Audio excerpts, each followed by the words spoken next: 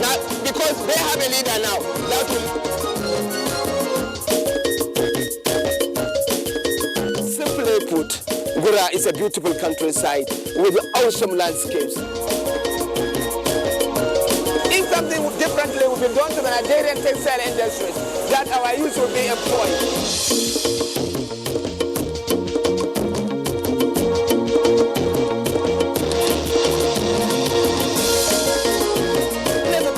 Attend the church here can tell you. Service in Holy Rosa is in Guinea. We are taking a canoe tour of the communities on the bank of River Niger in Getso.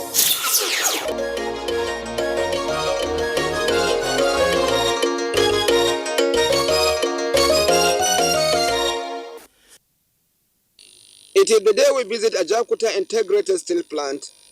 The picture we see is of an industrial colossus, a giant that can spring surprises, and it is on the path of surprises.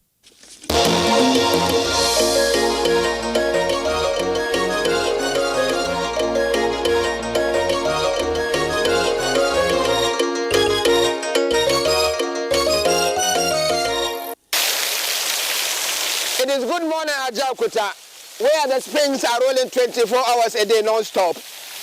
Actually, Nigeria's dream of diversification has never found a better expression than an Ajaokuta Integrated Steel Plant. It was a beautiful dream, which eventually, or which gradually was turning into a nightmare. Mercifully, things are changing over time, and that nightmare is now coming back and become a very, very beautiful dream. A beautiful dream that is transforming lives, changing the way things are done. For every nation, steel plant is the bedrock for industrialization. And globally, the maxim remains that no steel, no industrialization. It is a hub for training of your technical staff, and it's also a hub for employment. At one time in its life, Nigeria has thought deep and hard about its industrial future. Good counsel prevailed, and Ajaokuta Integrated Steel Plant is born. The concept of wanting to have a steel plant started with our forefathers as far back as 1958, in which they approached the Western world to see whether there's a feasibility of having a steel plant. Of course, we approached the Western world first, and they came and did some study and said it may be impossible for us to have steel. But we eventually approached the Eastern world, precisely the then Soviet Union, which now told us and did an elaborate survey, especially for the raw material, and told us that it is possible for us to build a steel plant. And then our forefathers started talking with them.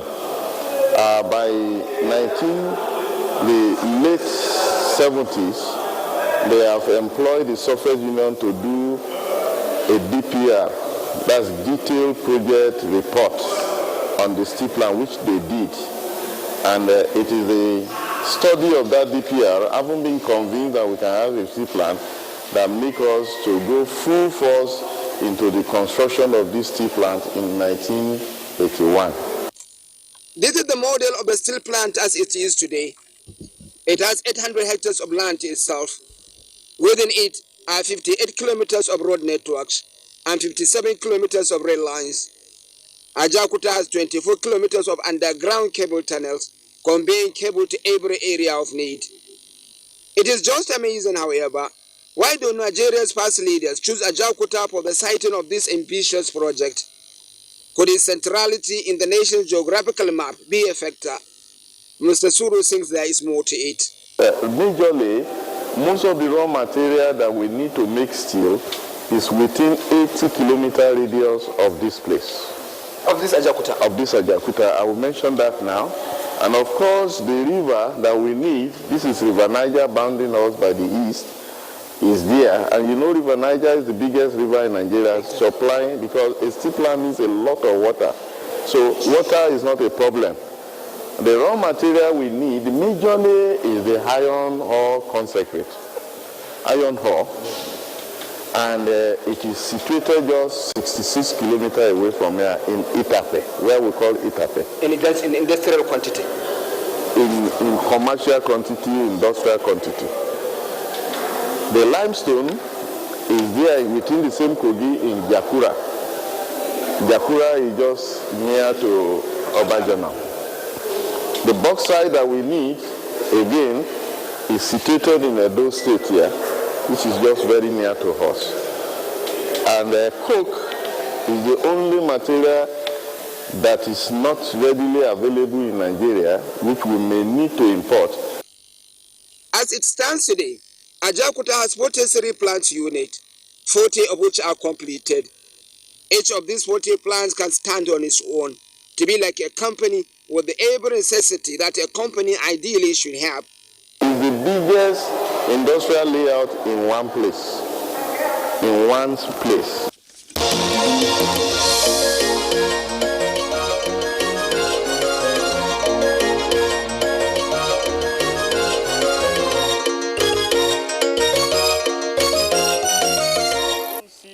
The big story now is that Ajaokuta is in a pleasant transition. The now federal government is making a brave foray to reignite it.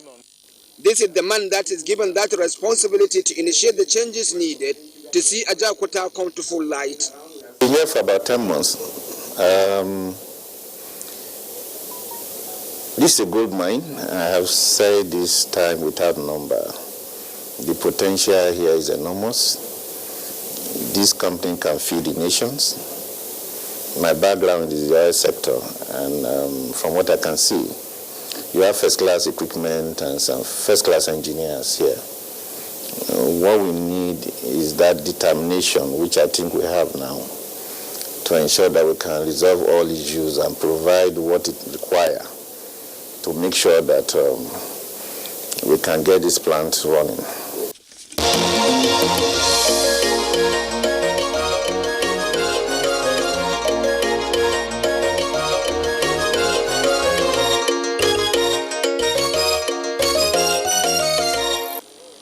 The plan for Ajaokuta initially was to work in phases. In the first phase, which is the take-off phase, it is expected to produce 1.3 metric tons of steel per annum. It is supposed to dovetail into second phase, which is to produce 2.6 metric tons of steel per annum. Eventually, it is to move to phase 3, which will produce 5.2 metric tons of steel per annum. As it is today, however, almost 32 years on, the plant is still to realize phase 1. The people we started with in that 1981 has gone past the phase 3, and they have even built other steel plants. Like POSCO of South Korea, like India also has, in Bukhara, they have exactly replica of this steel plant where we started together, built by the same Russia, which they have completed, and they have built 2 other more.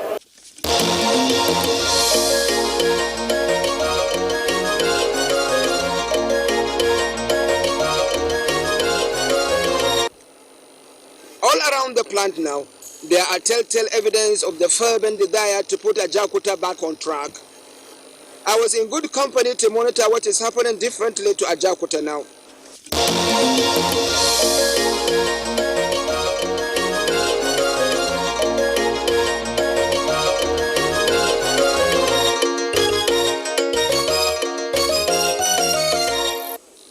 Aptly, we begin at the power plant.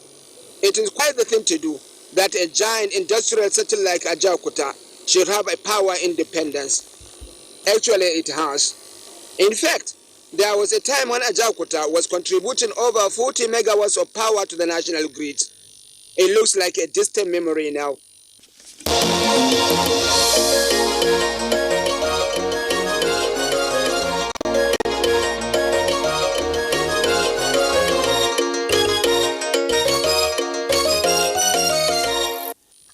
The 2 thermal turbines of Ajaokuta are given a reparation touch now to deliver on power requirement of the steel plant and of the nation.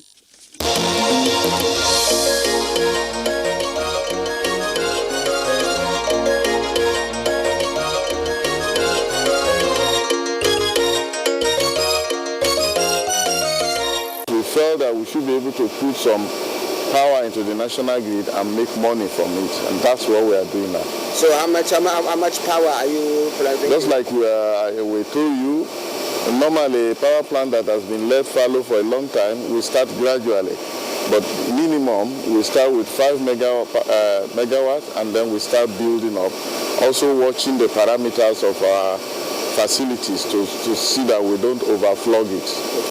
As for the possibility of Ajaokuta contributing chunks of megawatt to national grid at a price, the sole administrator brings an additional insight into the whole matter. What we intend to do is that as soon as we resolve the issues regarding the first 55 megawatt, we'll go into the second power plant, so that at the end of the day, we have a total of about 110 megawatts that we can actually supply. We use that within domestic, and actually whatever remains, we'll send it back to the grid. The power plant has an intimidating presence. 2 turbines, each with a 55 megawatts capacity. We are witnesses to last-ditch efforts to bring this power source to work again. Workmen work round the clock. Then we are at the central power control room too. This place monitors all the power distribution to all the sections of the complex. It is like the brain box of the power supply trend of the entire Ajaokuta Steel Plant.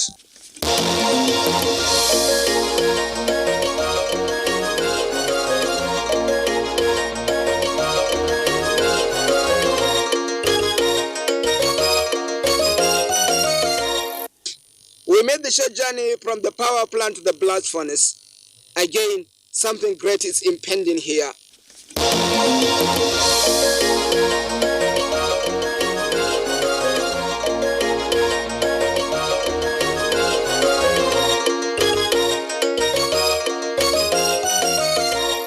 The blast furnace is precisely the iron making plant. It is the heartbeat of a steel making plant anywhere in the world. In sum, this is where the smelting of whatever raw materials that were prepared in the raw material handling plant are smelted. It is the place where the smelting actually takes place. It's not working now because one is 99% completed or 1% uncompleted. And what is the uncompletion? It is the instrumentation and the automation. We stood in particular at the cast house. What comes out from this place is the sinter and the coke. By the way, sinter is the unification of all the raw materials put together in the blast furnace into one piece. In this case, a mixture of iron, limestone, bauxite, and coke.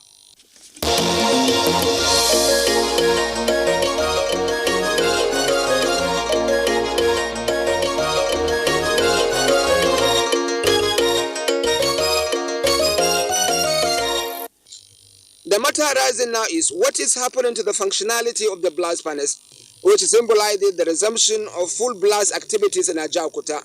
It's not working now because one is 99% completed or 1% uncompleted.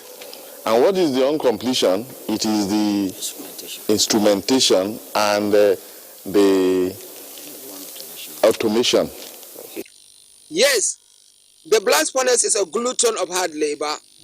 It is so hardy. Whenever it starts work, it does not stop in years. For that reason, to fire it, certain fundamental requirements must be met.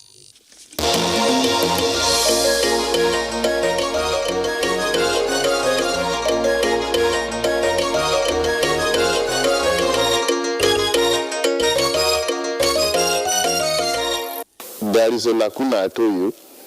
The raw material, 4 months stock must be on ground. Because when you leave this place, you don't run it dry. You don't run it on no power because it's a chemical plant. Chemical plant is where you are handling chemical reactions that are in molten form. If you allow it to run dry, you crack your lining. If you allow power to go, you have your molten metal solidify, and then you lose the whole of the blast furnace. So it's a discipline area. There must be power at all times, and there must be material at all times. So what are we talking about exactly now? I'm talking about issues that has made this place not to start working now. Is all about bringing in raw materials from the mines. And we keep on stressing that the issue here is not that the plant is not completed, it is the issue of external infrastructures. We have spoken of the vast stretch of space Ajaokuta Integrated Steel Plant occupies. We have not spoken of the wonderful landscape it occupies, lush trees and beautiful water systems. Actually, Ajaokuta requires a monstrous quantity of water to satisfy its industrial needs. In that wise, its location in the foot of River Niger is well thought after and deliberate. Scores of pipes evacuate water from the timeless river to the plant and meet the data on the amount of water the plant requires. Crucially, however, there is a port here to support tugboats. There are a big support for movements of raw materials and factory products and for the transportation of personnel. Our visit to this place is in mid-wet season and the water level is a bit high.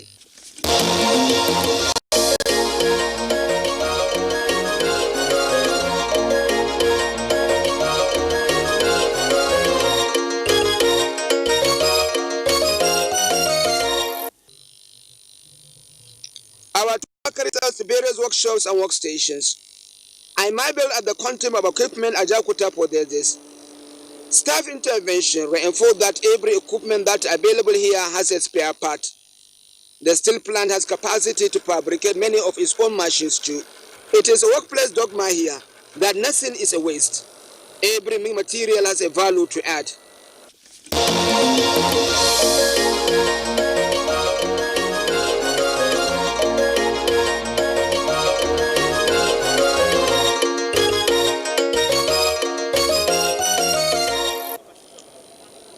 Eventually, we arrived at a place where there is an engagement, the Ware Road Mill. It is a place for value addition. This place uses steels from the primary plant. Its work is defined and specialized.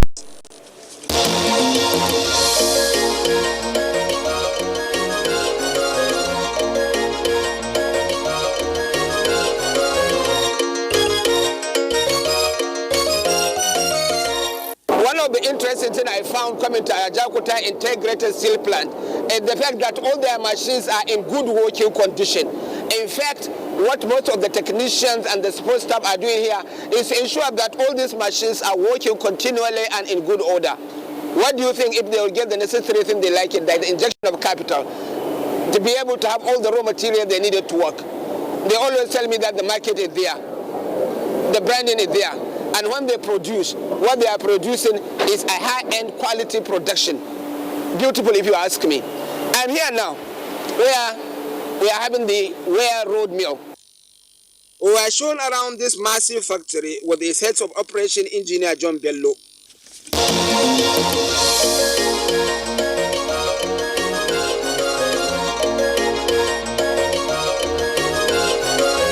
But right now what we are doing is that we are trying to put the equipment in workable conditions so that anytime we have billet, that is our raw materials, we can go into production at the least notice.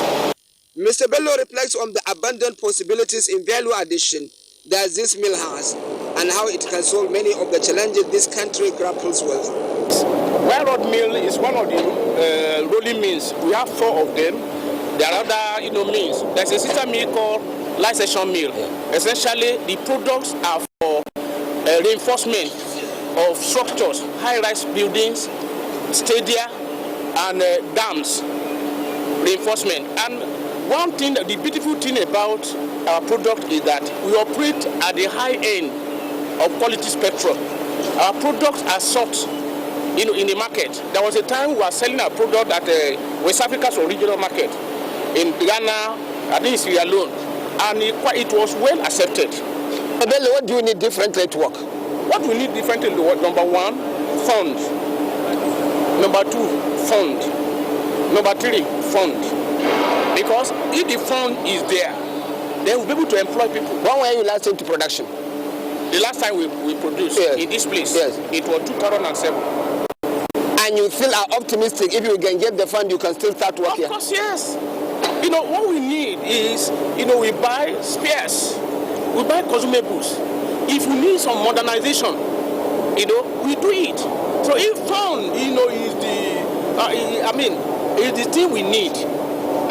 and you know your context, you have your context, you have your people, everything that you need about this. Of course, yes.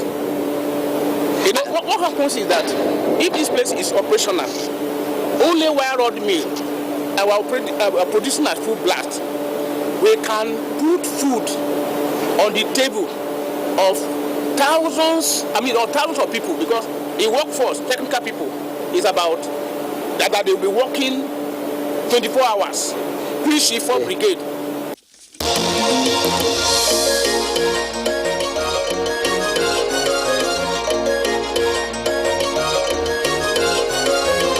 We made a point that Ajaokuta Integrated Steel Plant fabricates its own tools.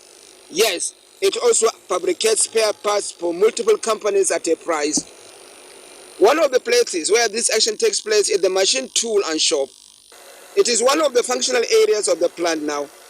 It may not be working to the extent its capacity can support, but it is one of the few places where the steel plant drives some money.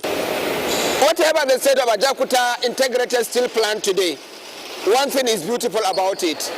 It doesn't go out to look for spare parts. 85% of its spare part needs, they produce them locally. And where they produce them, places like this one. And you know what they call them? Let me read. Machine and tool shop. In this place, they do magic. And they do magic for other companies too. So let me show you what they do differently.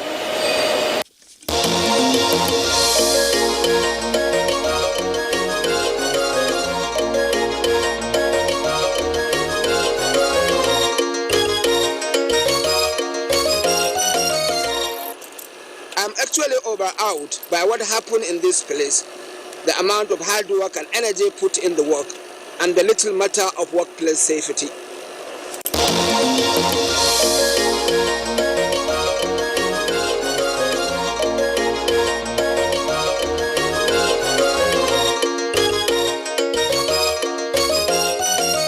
When we came in, one of the things we have looked at is safety. We have actually trying to remove safety from engineering department. You discovered that we spent a lot of money buying safety wears, boots, helmets, etc. My background, I come from where safety is first, every that in secondary. So that kind of spirit, that's the orientation we're doing to the staff. Yes, we've started. So what we're doing next is to create safety as a department, so that they have unhindered access to all work operations and ensure that the right things are being done. The fabrication of industrial spare parts by Ajaokuta Steel Plant helps companies save foreign exchange and distances to acquire new spare parts. International Cement Factory, and they just located us, and we've been doing a lot of spares and repairs for them. This is one of their gear that was destroyed, and we have taken time.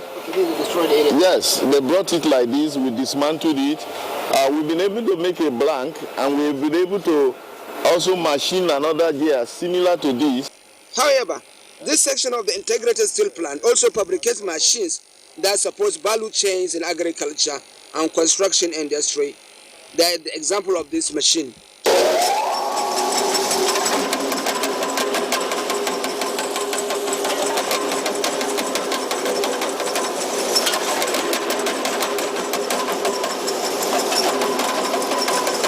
Nigeria has a lot of possibilities. We can do a lot of things differently. Coming to Ajaokuta Integrated Steel Plant has given us that big idea. This idea of stone crusher. And in a place in a society where we are trying to promote agriculture as much as we are trying to promote steel development, I think what can happen here can change the way we do a lot of things. Stone crusher, 10 ton, it can be upgraded, it can be made lower. Everything here has been put together here. Even the thinking has been put together here. And it matches the international standard for safety and quality. For a long time. This is a 10-ton per hour stone crusher, and it was all put together. The flywheel, the jaw crusher, the shaft, the eccentric shaft, the bolts, everything was put together here. Fabricated and put together. There is no way we can exhaust the vast possibilities of Ajaokuta Integrated Steel Plant. We visit several areas, including, of course, the forge and fabrication section.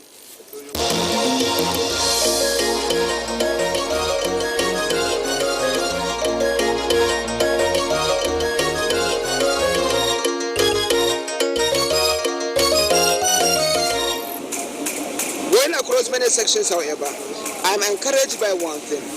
The staff are in high spirit and are convinced the current effort by the federal government to reposition the plant is realistic and will succeed. The main issue for now is what changes do we expect to see in the immediate future and in long term? We don't have a choice than to get Ajaokuta to work, because this is going to be the basis for industrialization. The country will have no hope without steel development. We can't go to the next level. This plant has been here for over 3 decades.